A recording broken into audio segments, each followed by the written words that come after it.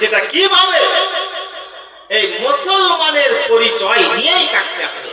ভাই আমার, বন্ধু আমার, এই মুসলমান শব্দ এসেছে, ইসলাম শব্দ এসেছে সিলমুন থেকে। সিলমুনের সংজ্ঞা হলো, সিলমুনের পরিচয় হলো, সিলমুনের তাৎপর্য হলো, সিলমুন হলো সেই একটা বড় উট।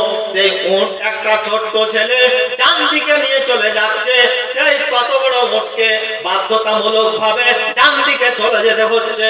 আবার সেই কত বড় উটকে ছোট্ট ছেলেটা তাকে রশ্মি ধরে বাম দিকে নিয়ে চলে যাচ্ছে, আবার সেই উটকে বাম দিকে চলে যেতে হচ্ছে। শুধু তাই নয়, সেই তত বড় উটকে যখন সামনের দিকে নিয়ে যাচ্ছে, তখন সেই তত বড় উটকে সামনের দিকে যেতে হচ্ছে। এটার নাম হলো সিলমুন। অর্থাৎ এই সিলমুনের এমনই একটা অর্থ, নিজের ভিতরে তার নিজের ইচ্ছাতে, নিজের কোনো মাকসাদে কোনো কাজ করতে পারবে না, নিজের ইচ্ছার বিরুদ্ধে কোনো কাজ করতে পারবে না। এটার নাম হচ্ছে সিলমুন। আর এই সিলমুন থেকে এসেছে ইসলাম, মানে হচ্ছে আত্মসমর্পণ করা।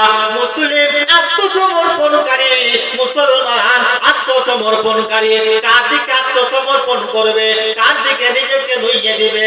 আল্লাহ পাক রব্বুল আলামিনের এই কোরআনের দিকে আল্লাহর নবী বলেন, তারাক্তু ফীকুম আমরান লান তাদিল্লু মা তামাসসাকতুম বিহিমা কিতাবুল্লাহি ওয়া সুন্নাতু রাসূলিহি। আমি তোমাদের মাঝে দুটো জিনিস ত্যাগ করে গেলাম, সেই দুটো জিনিস যতক্ষণ পর্যন্ত তোমরা আঁকড়ে ধরে থাকবে, ততক্ষণ পর্যন্ত তোমাদের কেউ পথভ্রষ্ট করতে পারবে না। একটি হলো কিতাবুল্লাহ, আল্লাহর কোরআন, আর অপরটি হলো নবীর হাদিস। এই নবীর হাদিস এবং কোরআনকে সদা সর্বদা মনে রেখে সেই অনুযায়ী আমাদের কাজ করতে হবে, তাহলে আমরা হতে পারবো মুসলমান। তাহলে হতে পারবো মুসলমান।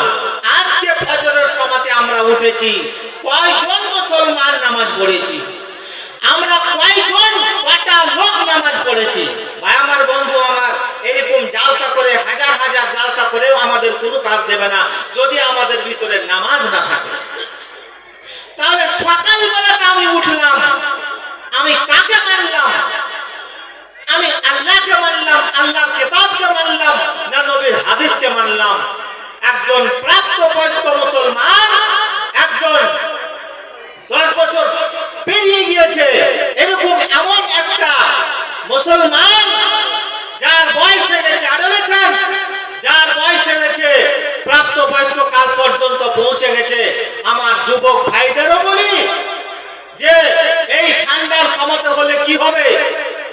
আমাদের দিনের শুরুতেই যদি এরকম ধরনের গলদ থাকে, তাহলে নিজে বুকে হাত দিয়ে বলতে পারবো যে আমি মুসলমান, কারণ আমি আল্লাহর কোরআনকে এবং নবীর হাদিসকে বুড়ো আঙ্গুল দেখিয়ে দিয়েছি। ইনডাইরেক্ট, আমি মুখে বলিনি ঠিক, কিন্তু আমি আমার জীবনে, আমার কর্মে, আমার কাজের মাধ্যমে বলে দিয়েছে যে আমি কোরআন মানলাম না, হাদিস মানলাম না। ভাই আমার, আমি মানলাম তাকে, নিজের আত্মাটাকে মেনে নিয়েছি, আত্মার কাছে হেরে গিয়েছি। শয়তান বলেছে কিসের নামাজ? এই ঠান্ডার সময়তে তুই ল্যাপের ভিতরে থাক, নামাজ পড়বি যখন তোর বয়স 60 বছর হবে। ভাই আমার, এই হচ্ছে আমাদের অবস্থা। এইভাবে আমরা মুসলমান বলে দাবি করতে পারি না, এইভাবে মুসলমান হওয়া যায় না। আমি আমার বিষয়বস্তুর দিকে যাই। নিজের ইচ্ছায়, নিজের ব্রেনে, নিজের চিন্তা অনুযায়ী কাজ করতে পারি না, যে কোনো কাজ।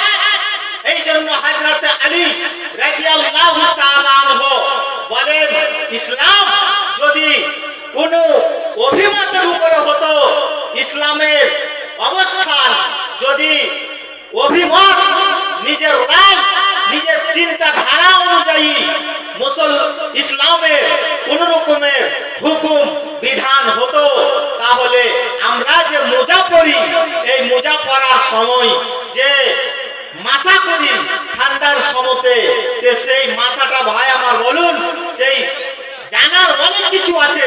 তার মধ্যে এই মুহূর্তে আপনাকে